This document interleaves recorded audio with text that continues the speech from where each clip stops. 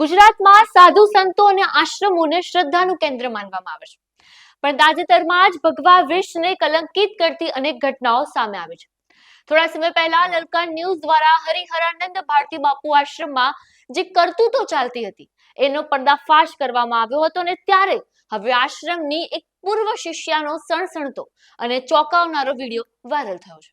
અને આટલું ઓછું હોય તેમ અમદાવાદના સરખેજમાં આવેલા ભારતીય આશ્રમના સાધુઇકા ભારતી બાપુની કામલીલાનો એક કથિત વિડીયો પણ સામે આવ્યો છે, જેણે સમગ્ર સંત સમાજ અને ભક્તોમાં ખળભળાટ મચાવી દીધો છે. આવો જોઈએ આસ્થાની આડમાં ચાલતા આ ઘોર ધંધાનો પૂરો અહેવાલ. પણ એ પહેલા લલકા ન્યૂઝને લાઈક, શેર અને સબસ્ક્રાઇબ જરૂરથી કરજો. નમસ્કાર, લલકા ન્યૂઝ સાથે હું રિયા રાવલ.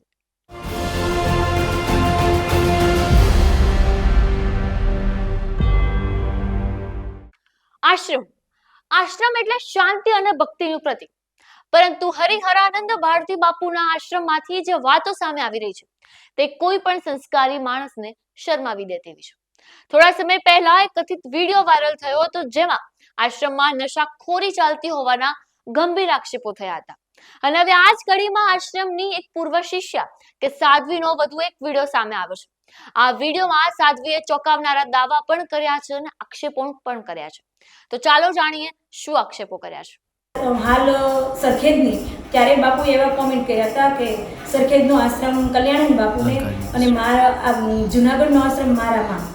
તો બાપુને જ્યારે ગાદી તિલક કર્યું ત્યારે બાપુએ ભારતી બાપુને કોઈ દિવસ શાંતિ સુખ લેવા દીધું જ નથી.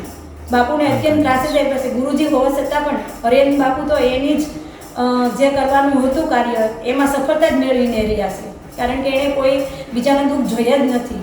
અને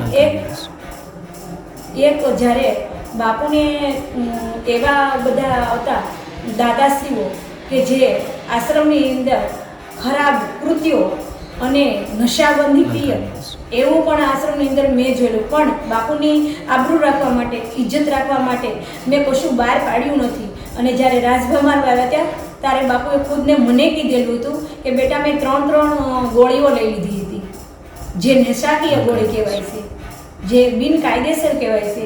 એવી ગોળી જે સંત લેતા હોય તો એને કેવી રીતના સંત માનવા. અને મારા ગુરુનો પ્રત્યે તો હજી છે, નથી એમ નહીં, હું એ દ્રષ્ટિએ જોઉં છું. પણ ગુરુજીએ એવું જોયું નથી કે આ છોકરીએ મારા માટે આખો દેહ ત્યાગી દીધો છે, એ એના ઘર પરિવાર છોડીને આવતી રહી છે, એવું ગુરુજીએ ક્યારેય વિચાર જ કર્યો નથી.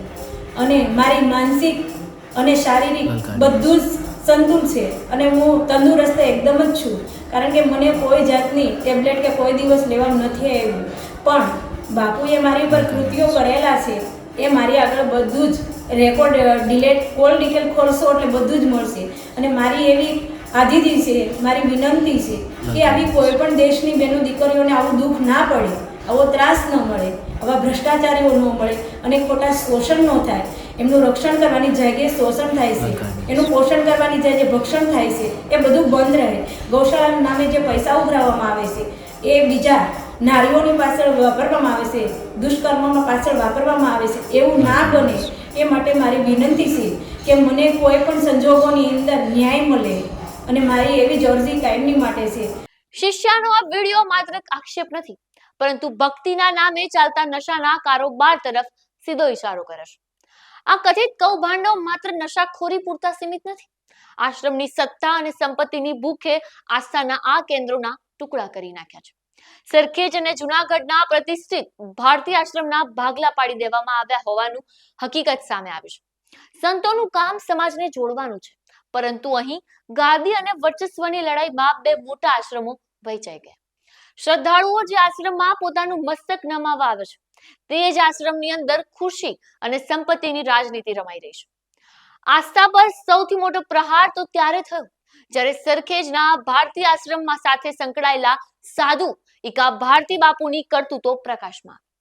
હરિહરાનંદ આશ્રમના વિવાદની આગ હજુ શાંત નથી થઈ ત્યાં ઇકા ભારતી બાપુનો એક અશ્લીલ વિડીયો વાયરલ થયો છે.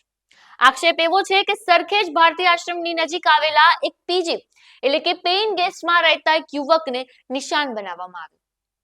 ઇકા ભારતી બાપુએ આ યુવક પાસે અશ્લીલ કામ કરાવ્યાનો સનસનીખેજ આક્ષેપ લાગ્યો છે.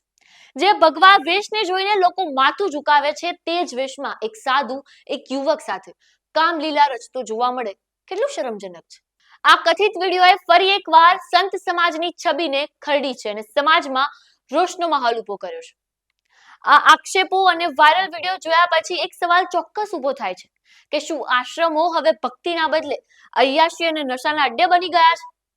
પૂર્વ શિષ્યાનો વિડીયો હોય કે પછી પીજીના યુવક સાથેની કામલીલા, હરિહરાનંદ ભારતી બાપુ અને ઈકા ભારતી બાપુ પર લાગેલા આક્ષેપોની તટસ્થ અને ઊંડી તપાસ થવી અત્યંત જરૂરી છે.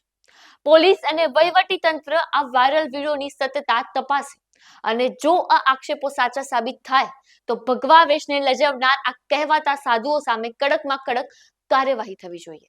ત્યારે તમારું શું માનવું છે આ વિશે કોમેન્ટ બોક્સમાં જરૂરથી જણાવજો. આપના પોતાના પ્લેટફોર્મ લલકારને લાઈક કરો, ફોલો કરો, સબસ્ક્રાઇબ કરો અને શેર કરો.